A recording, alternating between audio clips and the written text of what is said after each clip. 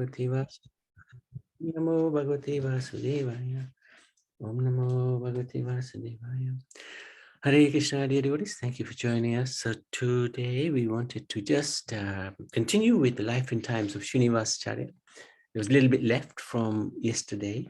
And then we were going to look at Bhishma Panchak, which starts on the day of Ekadashi, Monday, until Friday, the end of Damodar. So these 5 days are particularly important, and there are, there's some recommended ways of fasting and how to observe this fast, or these 5 days of Bhishma's passing away.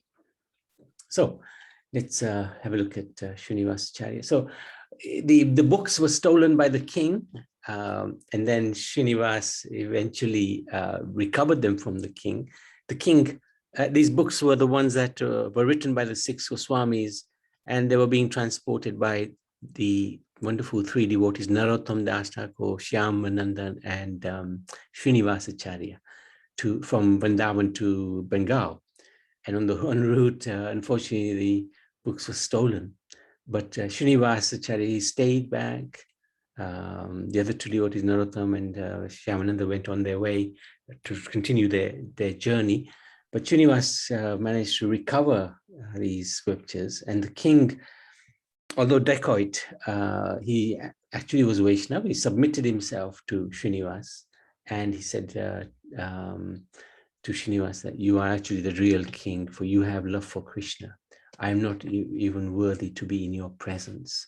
And that's very true, actually, because the devotee is the best of all persons. And everyone is submissive or subservient to the devotee, but the devotee always feels subservient to everybody else. One time, Prabhupada was sitting on the Vyasasana in Paris, and he was challenged, because in Paris at that time, the mood was very much, that one should not, nobody should have a dominant position. So somebody challenged him, why are you sitting on the Vyasasana? And I think he replied something like, yeah, well, you can also come and sit. It's not a problem. I am a servant of everyone. That was his mood. His mood was of service. Srinivas, with all humility, merely shook his head, and he was not able to accept his own exalted position. This is the position of the devotee. If a devotee becomes a little puffed up and thinks, yes, this is very true, then Krishna will make the necessary adjustments. But the king persisted. Allow me to be your servant.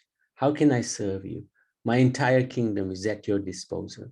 So Srinivas said, I am from the holy city of Vrindavan with a mission from Gopal Bhatt Goswami and Jiva Goswami.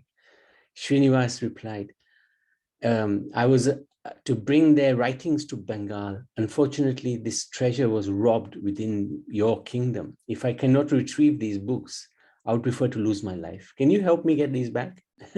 So at that time, king realized, oh man, I made such a mistake. A poor worm am I, lost hopelessly in this land of birth and death. My own men pillaged for years and years under my order, and then they came upon your party. We were told you carried the greatest treasure in the universe, which of course they did.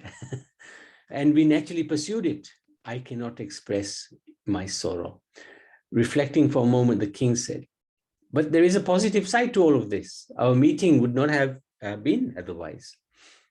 I would commit these sins again and again, but a moment of your association, I am now purified. Srinivas laughed and reassured the king that sinful life was unnecessary for attaining his association. Srinivas then forgave the king for all his sins and asked him to sin no more. Srinivas laughed. The king led Srinivas to the room where the treasures were kept. Srinivas saw the trunk with the Goswami's literature, and he felt ecstasy and took the garland of flowers from his neck and placed it on the king. Srinivas asked the king to bring him tulsi leaves, flower garlands, sandalwood paste, and other items to worship the sacred books. So this is really important point. Even these books, actually, they represent the Supreme Personality of God. They're non-different from Krishna himself. So these books are to be honored. Even if we can't do arti every day, at least mentally give some praise to the holy books.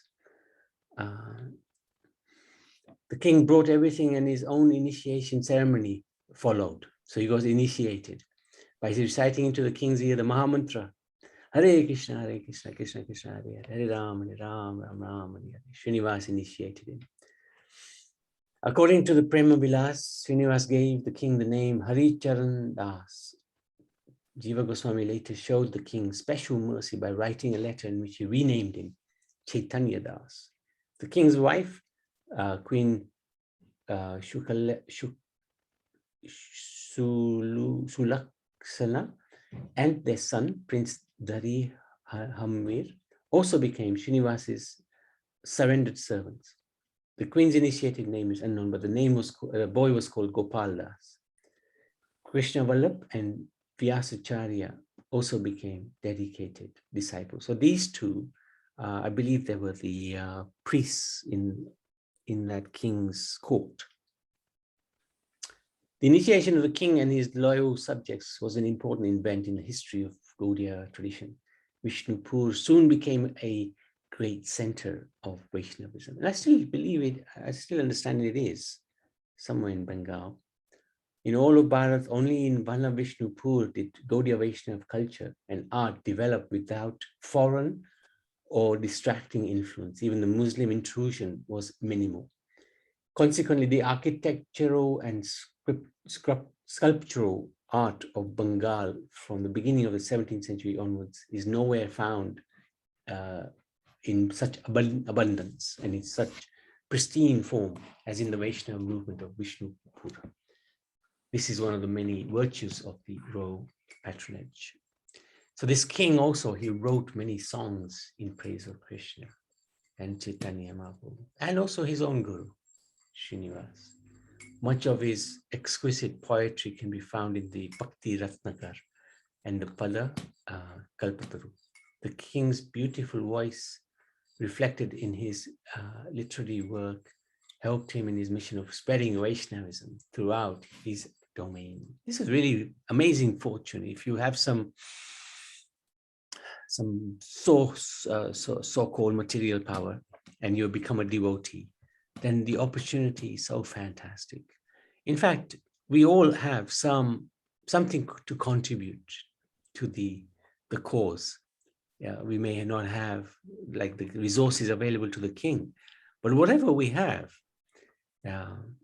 if we use it to the best of our ability to serve the Lord, that's as good as what the king has done. Just like the spider was able to, or the squirrel was able to serve Lord Ramachandra as well, as good as Hanuman. So it doesn't matter whether we have anything or we don't have anything, we can still serve the Lord. Srinivas thus accomplished his mission in Vishnupur. He wrote to Jiva Goswami that not only had the books been retrieved, but the main Bandit, a king had taken up Gaudiya Vaishnavism. All of Vrindavan rejoiced and sang the glories of Srinivas. And this king and his entire kingdom were now converted to Vaishnavism. So there was a good reason for the books to be lost. Srinivas needed to now see his dear friends Narottam and Shyamananda. He had written to them of the developments in Vishnupur, but he knew little of what his friends were doing. He had heard his teacher Narahari Sarakar Thakur was ill and ready to die. So he wanted to go to Shrikand to see him and to nearby Jajigaram to see his own aging mother.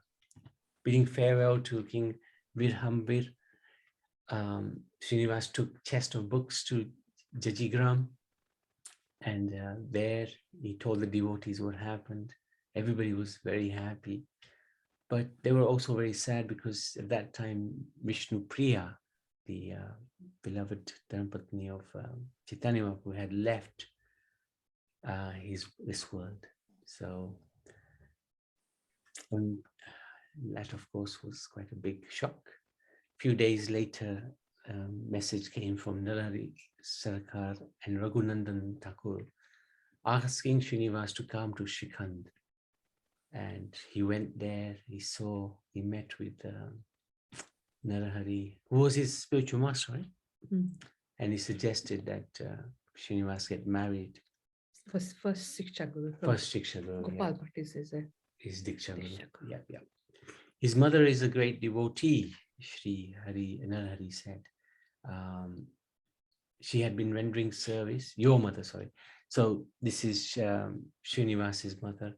She's been offering great service and she wants to see you married, happily married. You are a great devotee, you should comply. So he got married and he raised a family. He also met Gopal Chakravarti, an elderly Brahmin who had a beautiful daughter called Draupadi. And that's with whom the marriage took place. She was renamed Ishwari, her initiated name. And her father, Gopal Chakravarti, soon accepted Srinivas as spiritual master, as did her two brothers, Shyamadas and Ramachandra. So Ramachandra, is that the same Ramachandra? Maybe. Kavi Ramachandra, what's his name? Roy? No. Khan. Was it Khan? Anyway. Srinivas quickly became one of the most prominent gurus in all of Bengal. After some time, Ishwari bore a son, and he was named by Jiva Goswami, Vrindavan Vallabh. So Srinivas married again. Polygamy was allowed at that time. Padmavati was his second wife, who was a great devotee. She became known as Gauranga Priya. So why did he take two wives? Most of the standard biographies do not elaborate, stating merely their second marriage followed the first by a few years. But the Anurag Vali informs us that his most intimate disciples asked he remarry upon the death of his two sons from Ishwari. So Ishwari had also three daughters, Hemalata, Krishna Priya, Kanchan. Also known as Yamuna, Gauranga Priya had a son, Gati Govinda. Both Ishwari and her daughters later had many disciples. Srinivas's bloodline is still set to continue in Vrindavan from Gati Govinda. Sometime after Srinivas's marriage, Narahari Sarakar left the body, and after seeing Srinivas one more time, Srinivas organized a great festival in honor of his Shiksha Guru. And ceremonies to install Radha Krishna took place with great pomp. In due course, he returned. That's him. Ramachandra Kaviraj. That's right.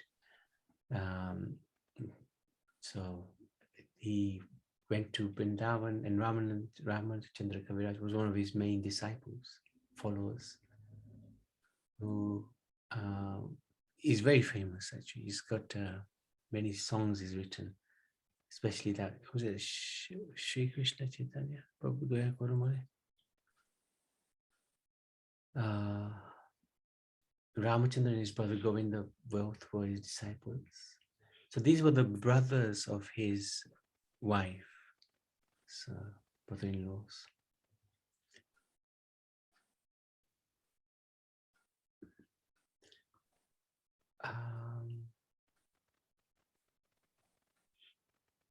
Srinivas had not been to Vrindavan since recovering the book, so the Goswamis were very eager to see him, especially Gopal Bhatt and Jiva Goswami. And Gopal Bhatt asked Srinivas to take over the worship of Radha Raman.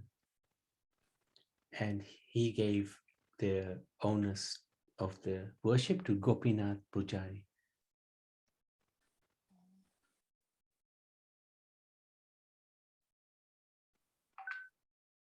The descendants of Gopinath are still in charge of Radha Raman temple. So this is where all these Gosais come from, in Radha Raman Mandir. Shyamananda Prabhu returned to Vrindavan about the same time as Srinivas, and they deepened their friendship. Together they resumed their studies. It's amazing, isn't it? Studying Okay. Okay, anyone. Hare Krishna. Thank you. You never stop studying, never stop learning. Very, very important to have that mentality and mood. Otherwise, we will become a little bit complacent in our endeavor of Krishna consciousness. But the missionary work was not completed yet. And after several months, Srinivas and others went to Bengal again, encouraged by the Vrindavan Goswamis. And they went to the kingdom again, Vana Vishnupur, to see the king. And this time, the king had actually really made some wonderful inroads into spreading Krishna consciousness.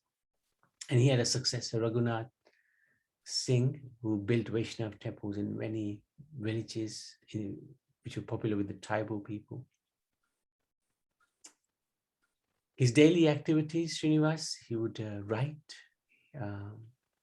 he would read from the scriptures, he would study the scriptures, he would chant on his beads as always, and in the evening perform Sankirtan.